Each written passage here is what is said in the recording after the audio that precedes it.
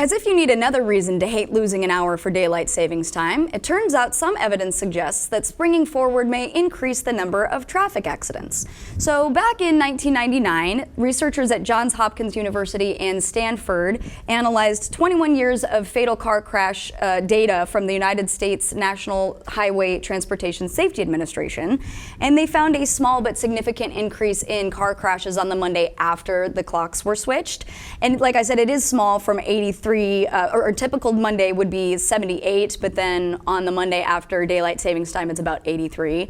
So it's not that big of a difference, but still they're able to notice that even though it's just an hour switch, if you're already kind of sleep deprived and adjusting to that Monday switch, then that's what is kind of causing this increase in crashes. I wonder if it's definitely sleep deprivation, or if it could be related to people like, oh shit, I'm an hour late, I didn't realize it, and then, kind of scrambling to try and get wherever on time and then being reckless. Because, of course, as we know now, it's much different than it was in 1999 even, so whereas like I didn't set any clocks or do anything. Nobody has to do that anymore mostly. Like everything is automatically done thanks to, the good people in Menlo Park or whatever in Northern California where all the techie firms are. Yeah.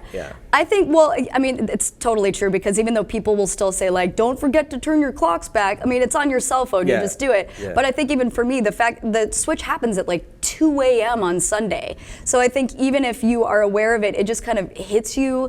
And I'm just getting started. Yeah, exactly. I'm just getting started. Well, and they basically are saying that on the Sunday when the clocks actually switch, there's not much of a change, assumedly because both people sleep in, but also there's not as much traffic. I mean, people are like lazily going to brunch at 2. You're not exactly in a rush. So the biggest point of this story is just that sleep deprivation is damaging to you, and if you lose that extra hour of sleep, it's just even more damage, and it causes different things, and not just car crashes. Well, the heart attack data is weird. Exactly. Because they say there's an increase in heart attack data, but that I can't. I don't know. I don't have a. I don't have a heart issue, so I'm not really sure. But it sort of makes sense if you're already kind of like on the go and you're not getting enough rest. Then you're just adding more stress to your body. There's also an increase in like work-related injuries just because your brain is foggy. I mean, it makes sense. Just try to get more sleep. It's hard to catch up on.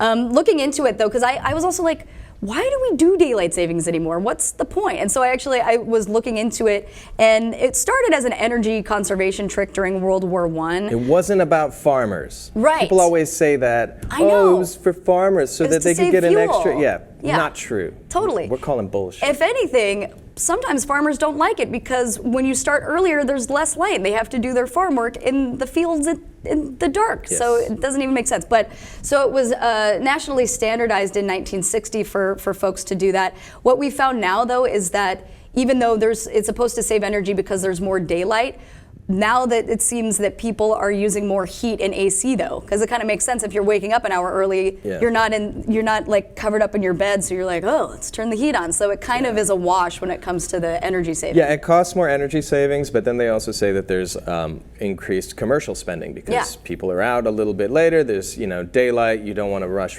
home right away, so people spend more money. If anything, that's probably like the biggest incentive for them to keep this going. Although some states, like Arizona, they don't do it at all. Oh, really? Which is just another reason that, as if you needed one, another reason to move to Arizona. Right? So, because I looked into it, and I didn't realize that there were groups that were lobbying on behalf of daylight savings time, which is so crazy. This is a real thing. And apparently, so the Chamber of Commerce, along with sporting goods stores and like home improvement goods, like Home Depot and those types of stores, assumedly because, with more daylight, there's more time for leisure activities. There's more time for you to, go get some stuff to work on in your shed. I mean, you want to play soccer, this kind of stuff. I found that was really interesting. I also found it interesting that during the daylight savings time, where there is an extra hour of light, primetime TV ratings sink because people are out enjoying each other, I suppose.